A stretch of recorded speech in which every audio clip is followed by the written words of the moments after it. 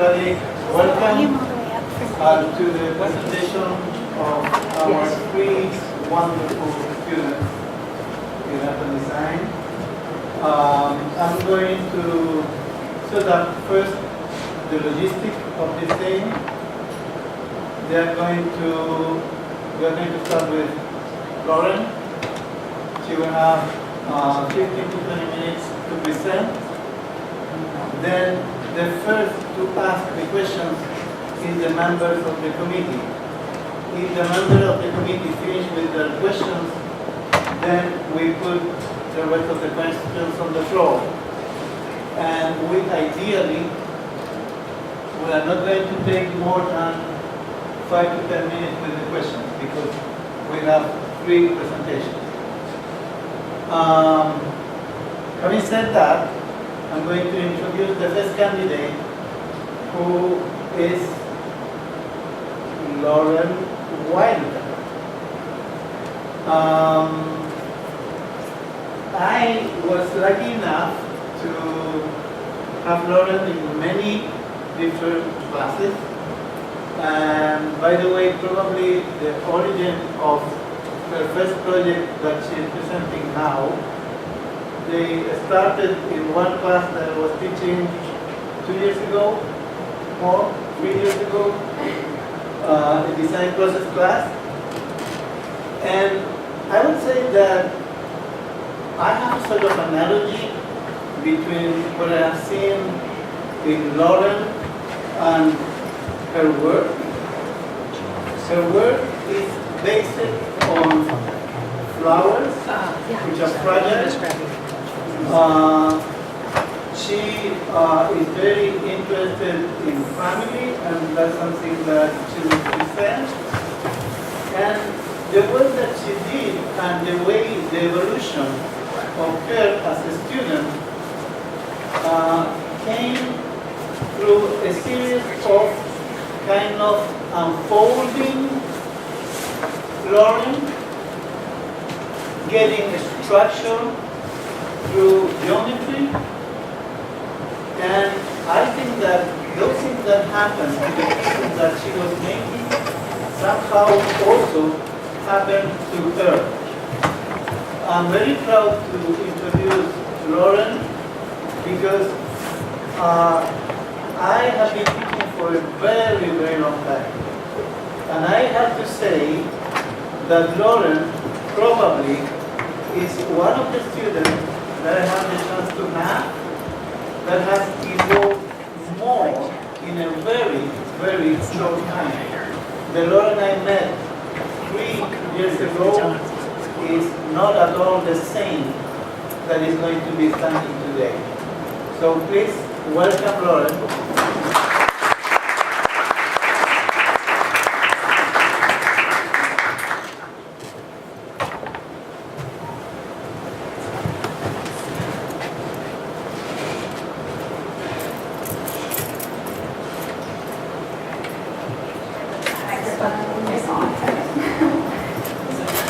It is on. Sounds good.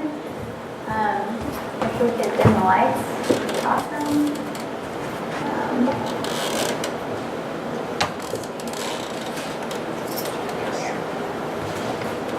Oh, can I have the clicker? Don't have a way to advance the slides.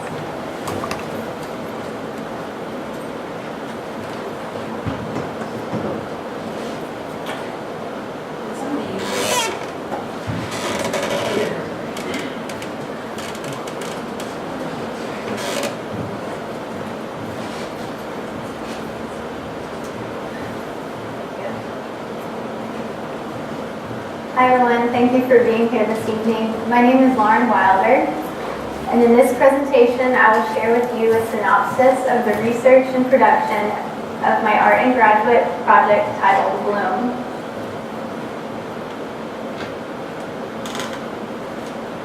The Bloom collection is comprised of 4 interactive textile artifacts: a book, a blanket, a tablecloth, and boxes that each mimic the growth of a flower. My goals in designing the Bloom collection were to create interactive and sensory products that facilitate family togetherness through their use in modern-day rituals, and that also encourage intergenerational bonding.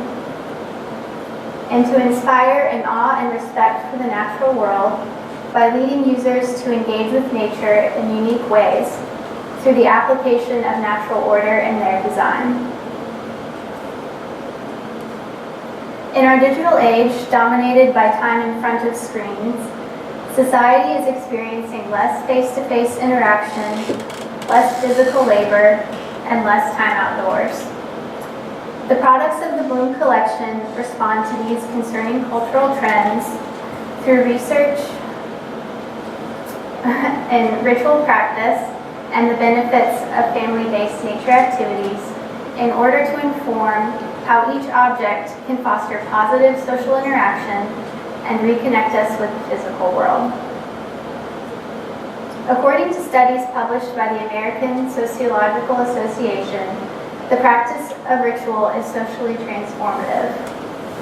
My collection references ritual theory to support the product's effectiveness in shaping the values and identities of its users, and to improve social cohesion in families and communities by employing certain ritual elements in their design. An important detail emphasized in ritual practice is attentional focus. The Bloom book, blanket, tablecloth, and boxes all invite a shared focus among participants by providing structured activity involving rhythmic movement, sensory engagement, and that are also marked as special, set apart, or memorable through their unique functions. The Bloom Collection encourages repetition of social activities such as story time, shared meals, and meaningful celebrations. In our busy lives, these intentional moments can help promote greater family well-being.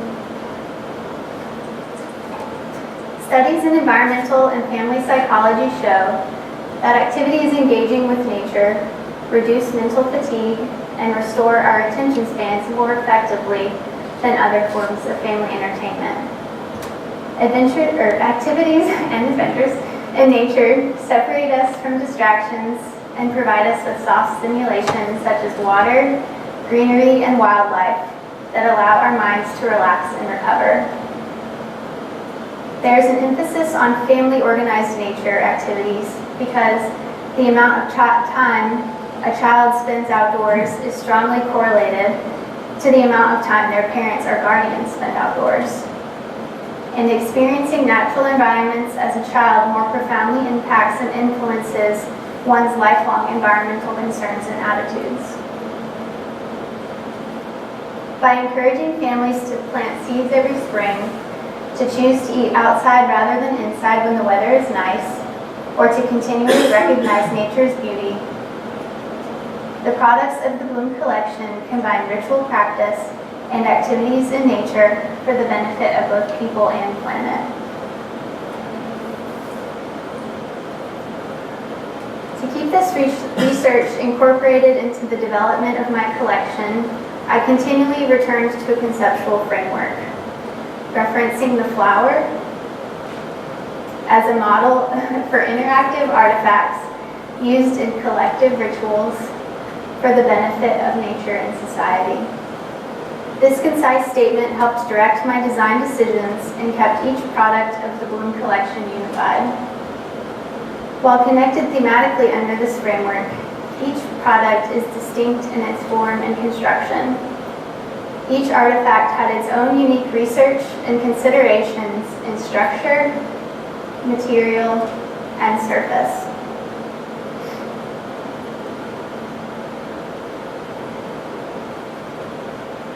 The Bloom Book is a uniquely interactive product that supports the significant early childhood ritual of a parent reading with their child.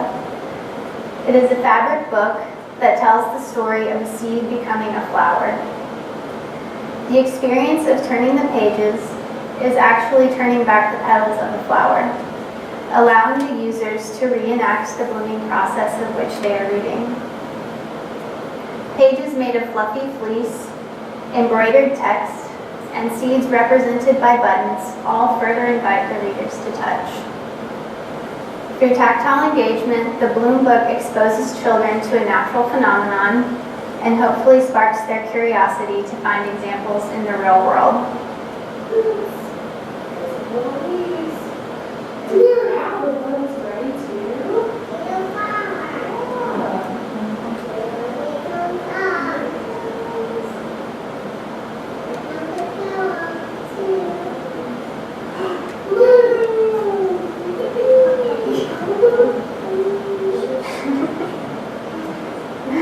The inside of the book holds a small surprise, a little bumblebee pouch which contains purple coneflower seeds for the child and parent to plant.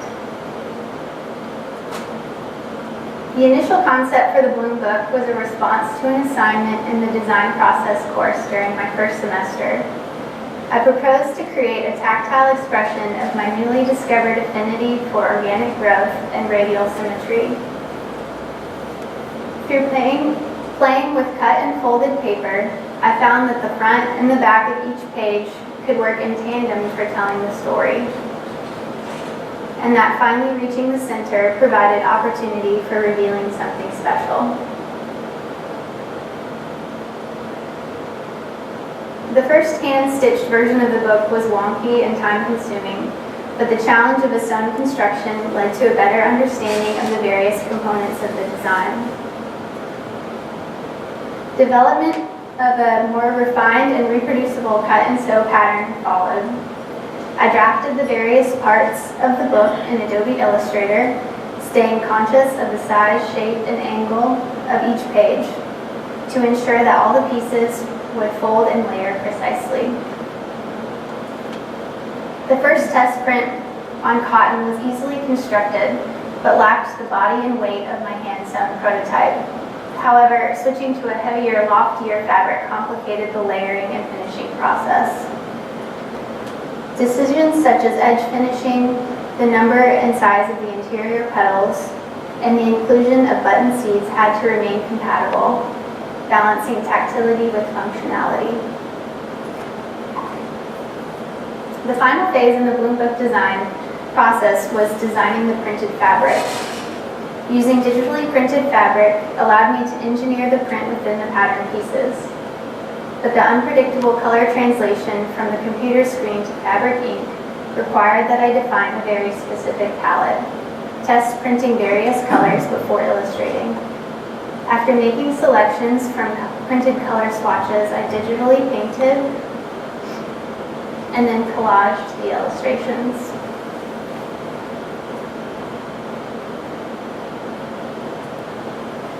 The second artifact in the Bloom collection is the blanket.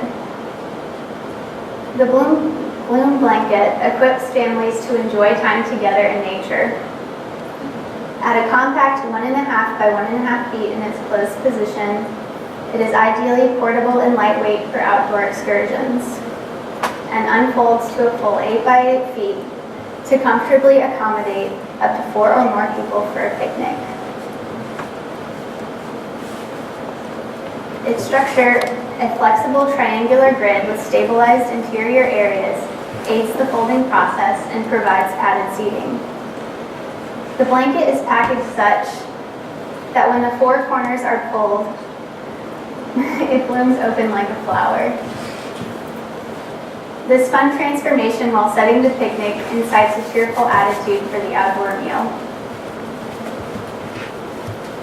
4-petaled mustard plant flowers adorn the blanket surface as a tribute to the delicious foods this plant type provides. The design can be arranged in a variety of fresh and attractive ways, allowing the user to play with the blanket and to invent their own composition depending on their group size or mood. The initial idea for this project was to turn the functionality of folding into a playful activity. Creasing scraps of paper and outlining the shapes that emerged was an intriguing method for iterating quilt compositions, and also revealed the opportunity to choreograph an interaction between user and object by physically and visually engaging them in this folding process. After multiple attempts to construct this product like a traditional quilt, I came to the conclusion that all seams interfered with folding and needed to be avoided completely. Reversing which areas would be reinforced and which areas would remain free, I tested a handheld blue and muslin prototype. The flexible triangular grid structure proved to be very versatile and fun.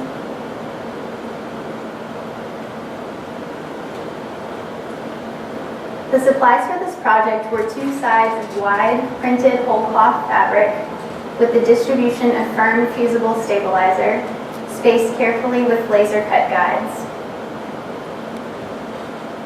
A significant part of the construction process was reinforcing the stabilizer triangles with stitching using this long arm quilting machine.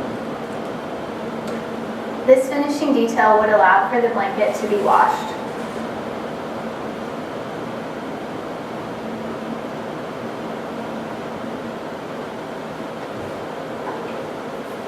The mustard plant flower became my reference for the blanket surface design because its 4 petals relate to the 4-corner orientation of the blanket, and its growth patterns mimic the illusion of explosion or expansion as experienced in the blanket opening. The surface composition was also informed by the folds. Observing which points of the triangle grid aligned during the folding process, I identified in which areas in which a change of color or a placement of a flower could give clues to the user of where to handle. Balancing personal taste and consumer preference, many different colorways were tested on the grass and in the sunlight before the final production of 2 blankets and their corresponding carrying tote bags. The third artifact of the collection is the Bloom tablecloth. This product is an interactive centerpiece that invites everyone to participate in setting the table for a special outdoor meal. It is a modular textile system composed of large, medium, and small floral pieces that notch together and can be laid out in a variety of arrangements, creating a festive and textural surface on which to eat. The Bloom tablecloth also encourages users to finish their event by giving back to nature. Many of the small-sized pieces are embedded with butterfly milkweed seeds, an important native wildflower that contributes to the health of monarch butterflies. These seed pieces can be detached at the end of the meal and planted directly into the soil. Rather than using a plastic tablecloth that would sit in a landfill for generations, families can plant this textile to beautify the landscape and support a threatened pollinator species. The Bloom tablecloth follows the cradle-to-cradle design philosophy, which promotes regenerative product life cycles as modeled by nature's ecosystems. Concerns about pollinator insect preservation led to the idea to incorporate wildflower seeds as a way to give my product a positive afterlife. For ease of planting, the tablecloth needed to include detachable components. The structure of the Bloom tablecloth is based on a hexagonal tessellation. The edges of the hexagon extend out as petals that overlap and notch into place. Scaling the hexagons into fractal increments brought a nice variety of scale to the composition and also designated areas for placing items on the table.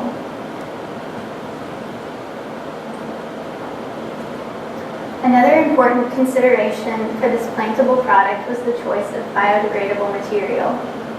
Paper and cotton have the best rates of decomposition for releasing the seeds. The notching system also requires that the material be both flexible and stiff. So after embedding the seeds in the fiber, I applied a starch paste to make the fabric more pliable. It is also helpful in the assembly process when aligning the notches to be able to distinguish the front of the pieces from the back. Digitally printing the fabric was an excellent way to keep the coloration to one side. This also gives the user the choice of either a bright or subdued colorway when constructing their tablecloth. The gift boxes are the fourth item of the Bloom collection. They are a set of 4 nesting containers for enclosing and presenting a precious gift. The boxes can be used as a full set or individually to encase a selection of significant mementos or to hand down a prized family heirloom. The unexpected discovery of layers and the slow process of unhooking each closure petal creates anticipation for what is awaiting inside. The fabric covering gives the boxes a nice tactile quality and finished surface so that they can be kept for future reuse or put out onto display.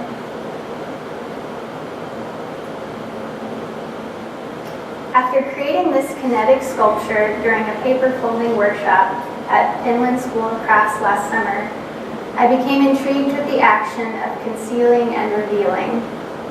This is often experienced in the act of gift giving and can also be found in the function of seed pods. The Magnolia grandiflora contains the most majestic seed pod at the center of its enormous blossom. I wanted to mimic that sense of many layers enclosing a precious center. So after testing this pod-like pattern, I repeated it and scaled it, proportioned to the golden ratio, so that they could nest inside one another. The top closure element required that the material be stiff. Paper felt too thin to carry significant contents, but cardboard was too thick for the closure hooks. Adhering fabric to paper gave the boxes a nice hand, and the sides still retained their flexibility and room to wrap around one another at the top. The fabric covers both the inside and outside of each box. To draw attention to the center, I painted a circular pattern with graduated color from the outside in.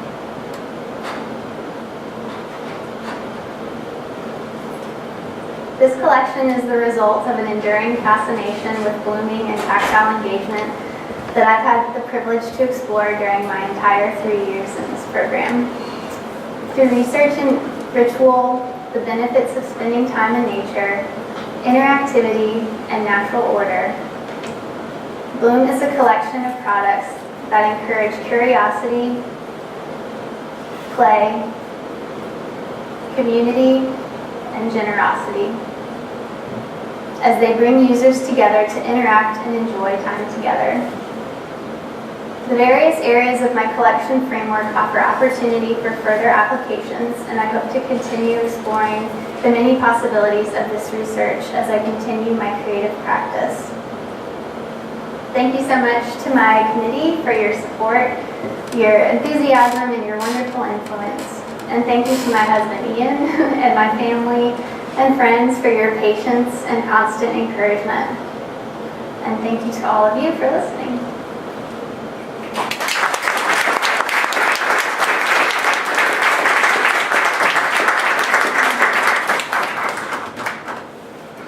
Lauren, I'm going to start. I will not be asking you any question because I think that through the process I have asked enough questions. So I'm going to make a little comment. The other day we were interviewing the future department head, candidates for to be department head, and we were discussing about the goal of the department in the teaching.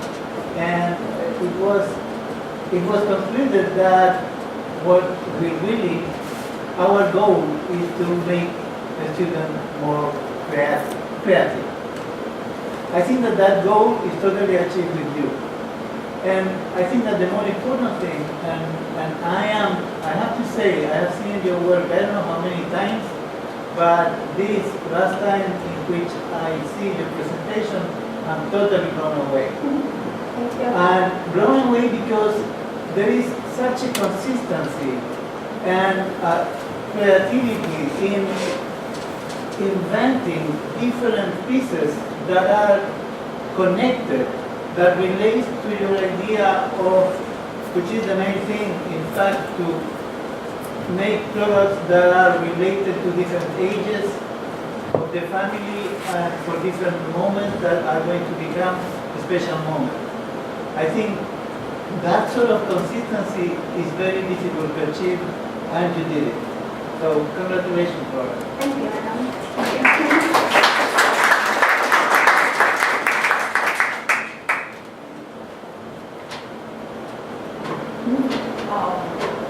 Yeah, I'm not going to ask you nothing. I just want to add what Hernán already said.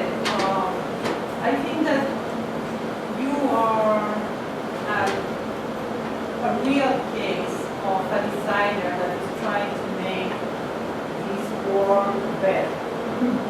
And in many aspects, with beauty, with the celebration of the truth, with a clear idea and a criticism of something that is not the most positive thing that is happening.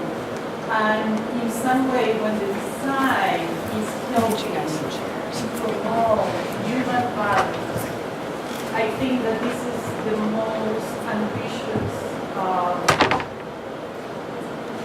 goal that you can achieve. I think that also this work is a response to what we expect from master student, which is a systematic, disciplined, research-oriented that inform the design decisions. And I think that you expose it clearly, that this is what you need. So I just can see a brilliant future. Congratulations.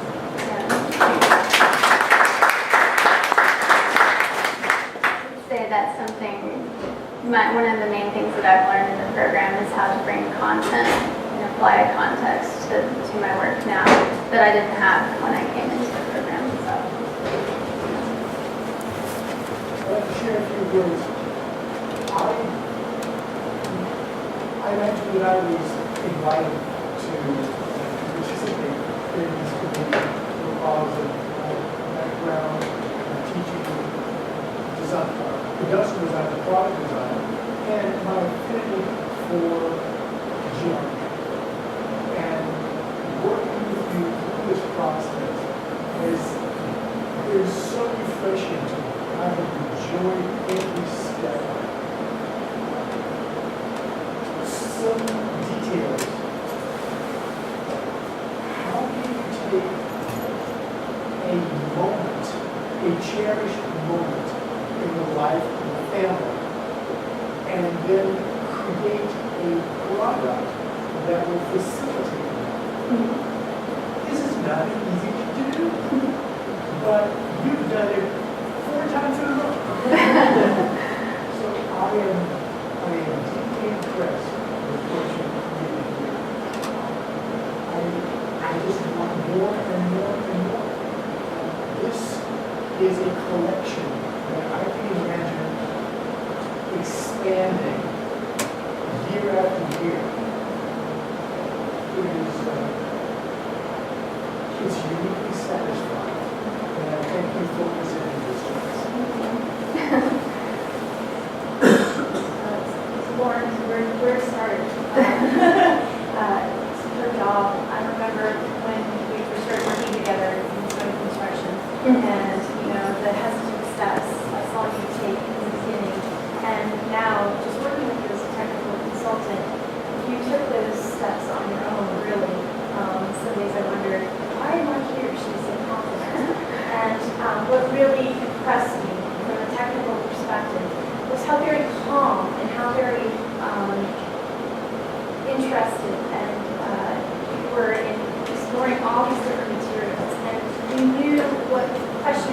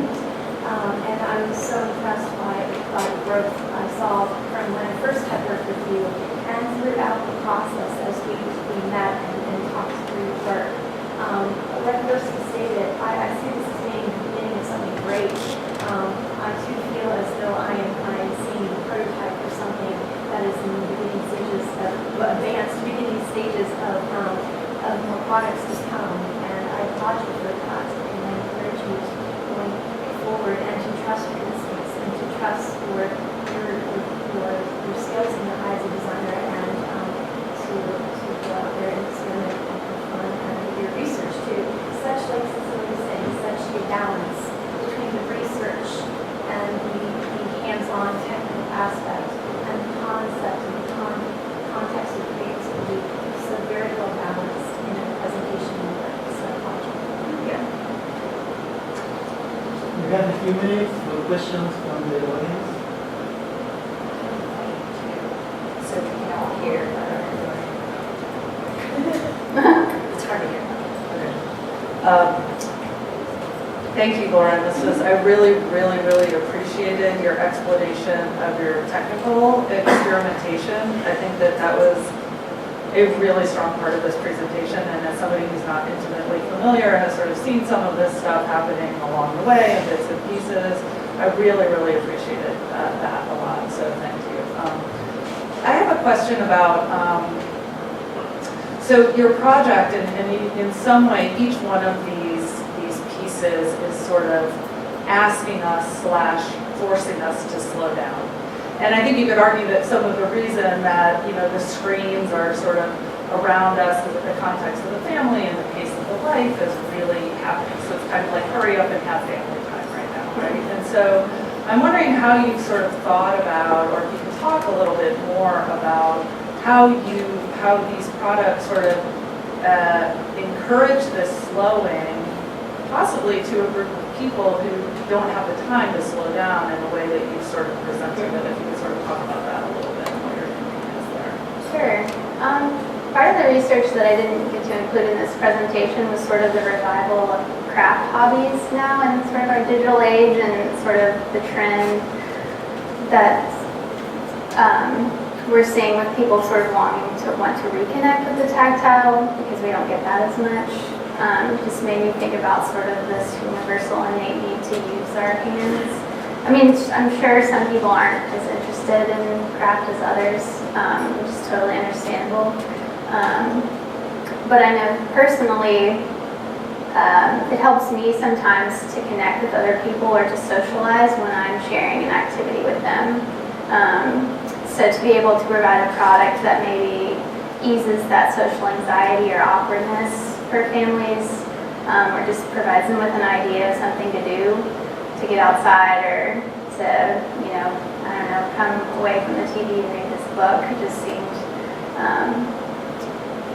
like if I was imagining my future self in a family, those would be things I would look to maybe to pull people away from distractions. So it was very personal, and also just sort of getting a feel for sort of societal trends. I think it would be really interesting, and I'll pass it on, but to actually test this stuff with a really wide range of people, just to see how they do respond to it, because I think, it might be full scale, but there might be really interesting bits and pieces that they could evolve into something else. Yeah, the photo shoots were really eye-opening to see people finally engaging with the work. And that was a good research in and of itself. So.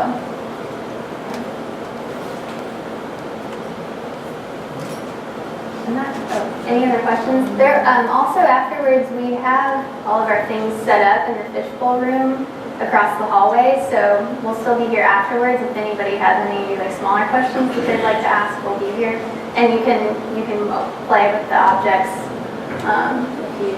if you want to see them.